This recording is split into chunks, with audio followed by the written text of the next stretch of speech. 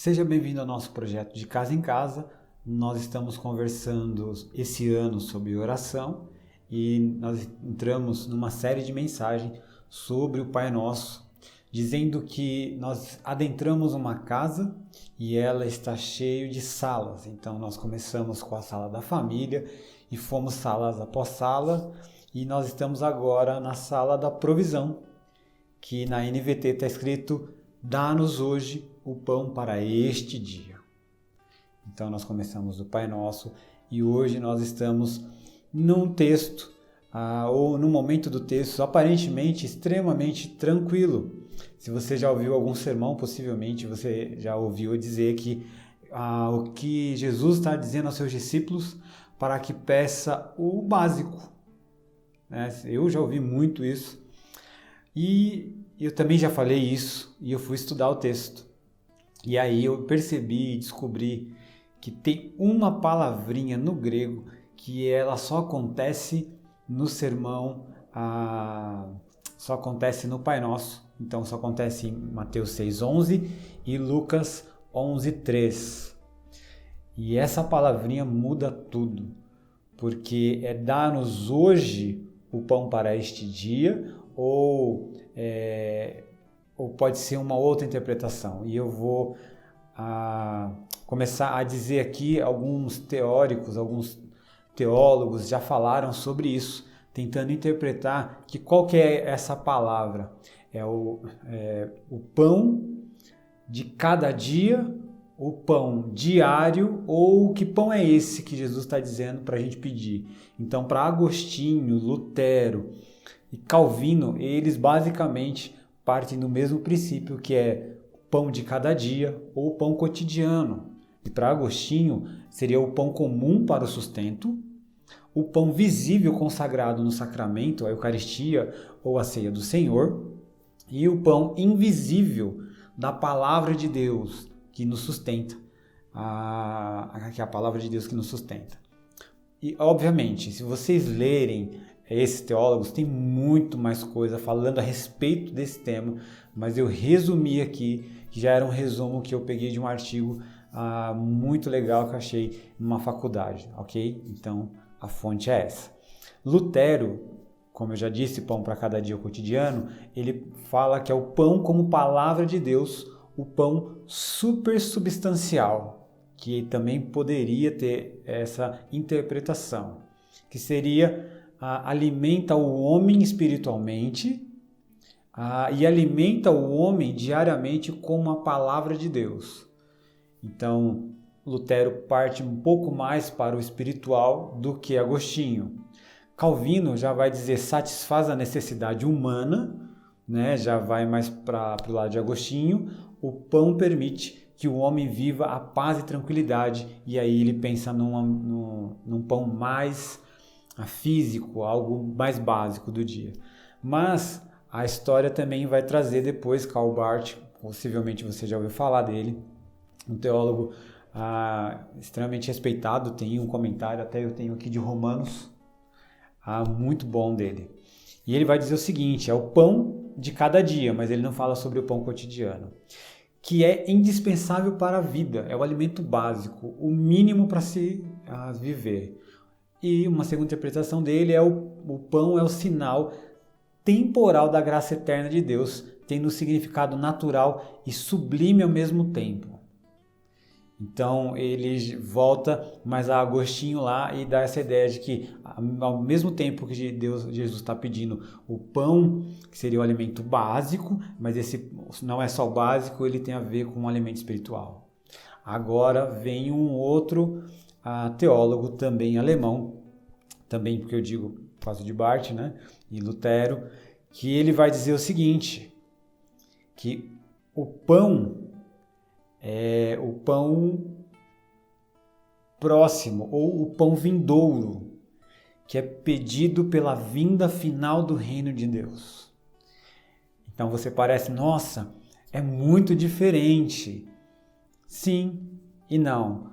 Eu fui no léxico grego, no dicionário grego, procurar essa palavra. E de fato, o léxico que eu tenho, ele já vai dizer que é uma palavra controversa, que você pode tanto traduzir como diário, fundamental para a vida, como amanhã, vindouro. Então, nesse sentido, a Schweitzer não está inventando, ele só está pegando uma possibilidade de interpretação e trazendo para o debate, ok? Obviamente tem muito mais teólogos dizendo outras coisas, mas eu gostei dessas partes. Primeiro, que Agostinho é um que todo mundo lê, Lutero por causa da Reforma, Calvino porque acredito que todos nós deveríamos conhecer um pouquinho de Calvino, o Barth, que também é um teólogo muito conhecido, e aí eu trouxe o Schweitzer, que já tem uma visão um pouco diferente de todos eles,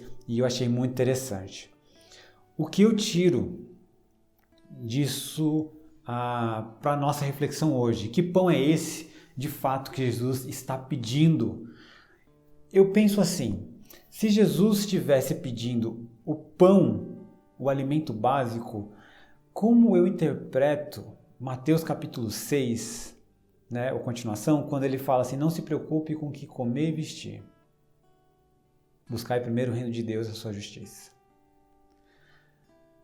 Outro texto, se vocês são maus, sabem dar boas coisas aos seus filhos, quanto mais seu Pai que está nos céus. Então, para mim não faz muito sentido Jesus nos ensinar a pedir alimento. Então, nesse sentido, eu sou mais da linha de Schweitzer. E vou explicar o porquê. Para mim faz muito sentido eu olhar o contexto e olhar para o Antigo Testamento, porque Jesus está se referindo a toda a teologia que ele está criando ali e pegando muito o Antigo Testamento. Nós vimos aí alguns textos, já trabalhamos isso. E qual é o texto mais simbólico ou que mais se destaca sobre pão? O maná. O maná é o alimento que Deus dava a Israel no período da transição do Egito para a Terra Prometida. Então Deus enviava o seu maná. E esse envio do maná era um envio diário, ok? E eu vou chegar já. Esse envio diário, nenhum ser humano precisava, Senhor, me manda hoje o pão. Né? Não, Deus mandava. A questão é que alguns queriam juntar mais com medo do amanhã e esse pão acabava estragando e fedia. Agora você imagina se você tivesse juntado e tivesse levando essa porção fedida e passando pelo acampamento e todo mundo olhando e falando, você não teve fé. Imagine o constrangimento que seria não ter fé num Deus que está dando alimento ali, está dando o básico, então não precisa pedir, Deus está dando. Mas na sexta-feira, Deus enviava uma porção a mais, porque no sábado ele não enviava. Então, sexta-feira vinha mais pão, então você poderia juntar e guardar para o sábado. Então, nesse sentido, eu quero pegar essa ideia e trazer para essa interpretação. Me dá o pão, ou dá-nos o pão de amanhã, hoje. Quando Jesus está dizendo isso para mim, ele está dizendo, percebam que vocês estão na sexta-feira. E pedir para o pão de amanhã é porque vocês estão percebendo que enquanto aqui vocês vão viver momentos difíceis, mas vocês estão prestes a entrar no Shabat, no descanso. E aí quando a gente vai para Hebreus, essa ideia explode, porque o Shabat é o descanso do Senhor, é clamar essa vinda do reino. Então, para mim, Schweitzer tem toda a razão. Se a gente começou, venha o teu reino, ou seja, venha o teu reino, justiça, paz, alegria no Espírito Santo, nos faz experimentar um pouco de lá agora. E depois a gente falando, seja feita a sua vontade na terra como é feita no céu, ou seja, nos dá um pouquinho daí aqui. Chegar no pão, pensar um pão só como básico, para mim não faz sentido. Faz sentido isso. Senhor, eu quero experimentar o Shabat lá aqui. Eu quero experimentar esse alimento, porque Jesus é o pão vivo que desceu do céu. Eu quero experimentar esse pão vivo aqui, hoje. Então, para mim, faz todo sentido o pão de amanhã nos dá hoje. Nos faz experimentar uma mesa de delícia. Porque comer um pão é se sentir à mesa. E aqui eu quero trazer uma contribuição do Joaquim Jeremias, que também é um teólogo bem conhecido, que ele diz o seguinte: a comida em comum é para os orientais garantia de paz, de confiança, fraternidade, comunhão de mesa. A comunhão de mesa é uma comunhão de vida. Assim, se compreende facilmente que a ação de Jesus de compartilhar sua mesa com pecadores e marginalizados significa, em si mesma, oferta de salvação para os culpáveis e garantia de perdão. E isso me faz lembrar que as pessoas diziam: aí vem o comilão e beberrão. Por quê? E a gente nunca entende esse texto. É porque, na verdade, Jesus estava à mesa, estendendo a destra da comunhão para aqueles que eram rejeitados, para aqueles que estavam sendo marginalizados. E Deus era o pão vivo, que estava alimentando-os, se colocando à mesa, dizendo: sejam bem-vindos. E quando os fariseus vão reclamar isso, eles contam 3 parábolas, que quer dizer a mesma, na verdade, uma parábola de 3 formas para dizer a mesma coisa. Celebrem, porque aquele que estava perdido foi encontrado. Jesus é o pão vivo que está alimentando os perdidos e trazendo para casa. E nós temos que celebrar tudo isso. Então, pedir a Jesus, pedir a Deus, dá-nos o pão de amanhã. É essa ideia de que eu não mereço a visita de Jesus, mas Jesus é o pão vivo que desceu do céu. E agora eu entendo que eu estou na sexta-feira, então eu quero experimentar o Shabat. Eu quero experimentar essa mesa de paz, de confiança, de fraternidade. Dá-nos o pão de amanhã hoje, que eu experimente as delícias do reino agora. Percebe que faz sentido? E vai fazer mais sentido ainda quando a gente passar para o próximo assunto, que na minha cabeça sempre pareceu desconexo, mas pegando essa linha de interpretação, vocês vão perceber como faz todo sentido. Depois que Jesus fala: dá-nos o pão de amanhã hoje e perdoa os nossos pecados. Mas o que isso significa? Então, semana que vem a gente vai para isso, para que isso exploda de sentido na sua cabeça, para que você entenda que a oração do Pai Nosso é a oração do reino dos céus. A mensagem central de Jesus era o reino dos céus. Jesus, Atos 1:3, vai dizer que depois de ressuscitar, Jesus passou 40 dias pregando a respeito do reino dos céus, ou o reino de Deus. É a mesma coisa. Então a oração do Pai Nosso é a oração do reino de Deus, mostrando tudo aquilo que Jesus quer para os seus discípulos. Estejam com essa vontade de experimentar o futuro agora, experimentar o céu que é amanhã no hoje. Peça ao Pai para que vocês desfrute das bênçãos que Ele tem para vocês. Então, para mim, é pouquíssimo dizer que o pão é um alimento, o básico que Jesus estava falando para a gente pedir, como se Deus não soubesse que nós precisávamos.